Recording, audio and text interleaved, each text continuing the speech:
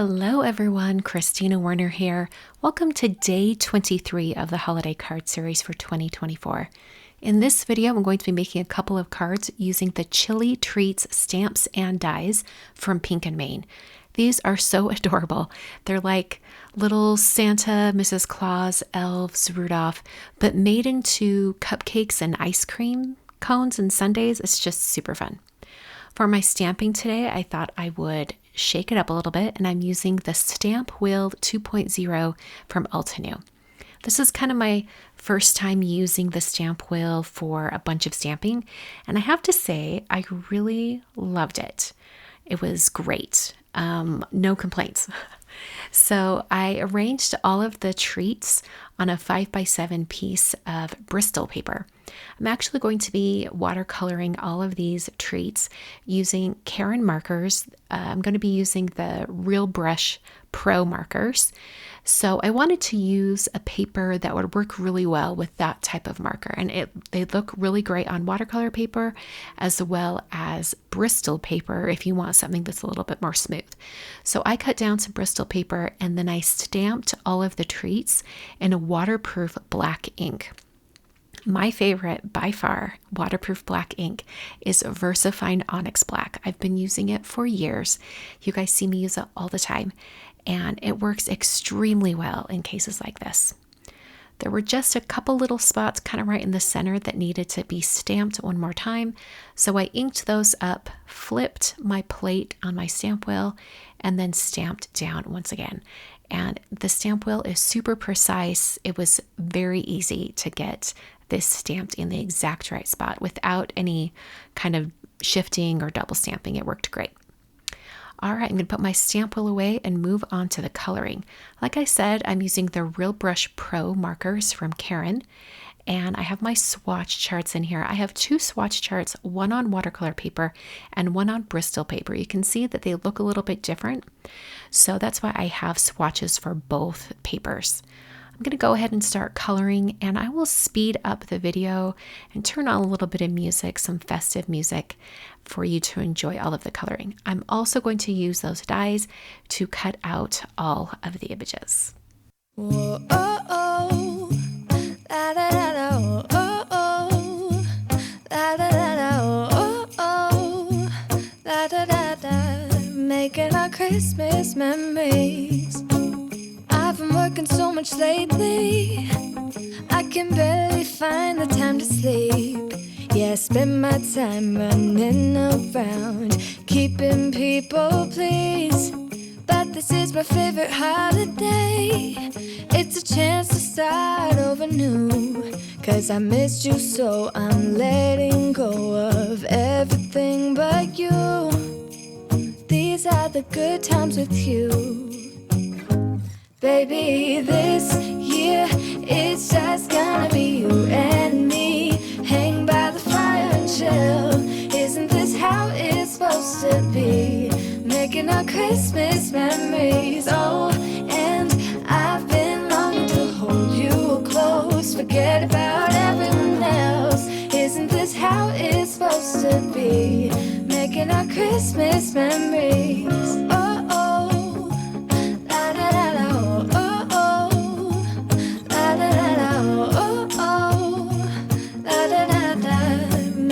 Christmas memories. I've been wrapping presents for you. I've been hanging marbles in the tree, and I've lit my house with Christmas lights. So you should come back home to me. And when we wake up in the morning, I'm gonna play those carols that you love. We'll be singing all the melodies until the sun comes up. These are the good times with you. Baby, this year it's just gonna be you and me. Hang by the fire and chill. Isn't this how it's supposed to be? Making our Christmas memories. Oh, and I've been longing to hold you close. Forget about everyone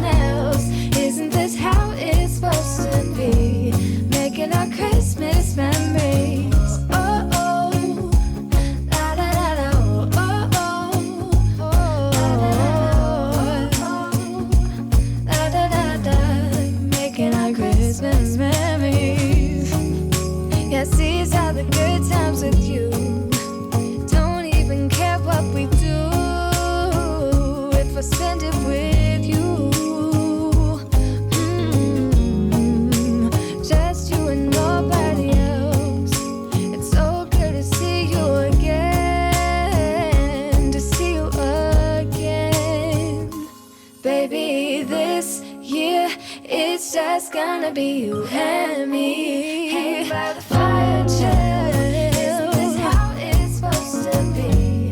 Making our Christmas memories. Oh, yeah.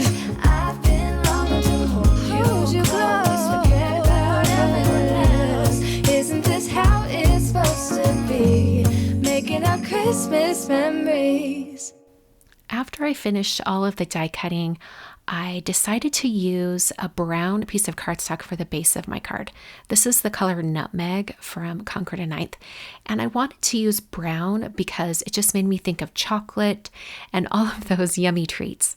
So I prepped my Nutmeg cardstock with an anti-static powder tool. You can definitely still see the powder on the cardstock at this point. I stamped that greeting in some Versamark ink and then applied some gold embossing powder. I used gilded embossing powder from Brutus Monroe and then heat set that until it was smooth and melted.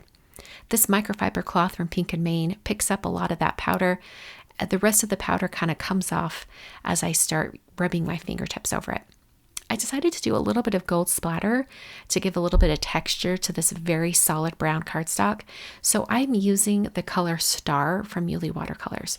I find that this color in particular matches the gilded embossing powder from Brutus Monroe beautifully. So to use these two together, it works great. I've put a little bit of that paint onto the edge of an acrylic block, and then I'm kind of flicking the paint off of the edge using a paintbrush. I find that I have a little bit more control over the paint splatter that way, and it doesn't go completely everywhere on my work surface. It kind of stays contained in one area. While I had my brush out with that paint on it, I decided to paint the edges of my cardstock just for a little bit of a gold border, a little bit of different look on it. Looks a little bit more textured. I think it almost looks like that, like painted gold on truffles. I think it looks really, really fun. So I protected my greeting with a little bit of mint tape from scrapbook.com. And then when I peel that off, you can see the greeting is protected underneath. I used some Altenew Ultra Sticky Wide tape on my card bases and then stuck these backgrounds directly down onto the card base. And this works really well because if your project gets a little bit warped with paint or embossing or, the heat from the heat gun, you need something super strong to adhere it to your card base. And I find that this kind of ultra wide tape from Altenew is perfect for that. At this point, I split up my images for the two cards and they were sort of looking strange right there in that position. It needed something to anchor them. So I thought adding a little stitched border around the center area of the card design would do just that. And it worked perfectly. So I just added that little frame.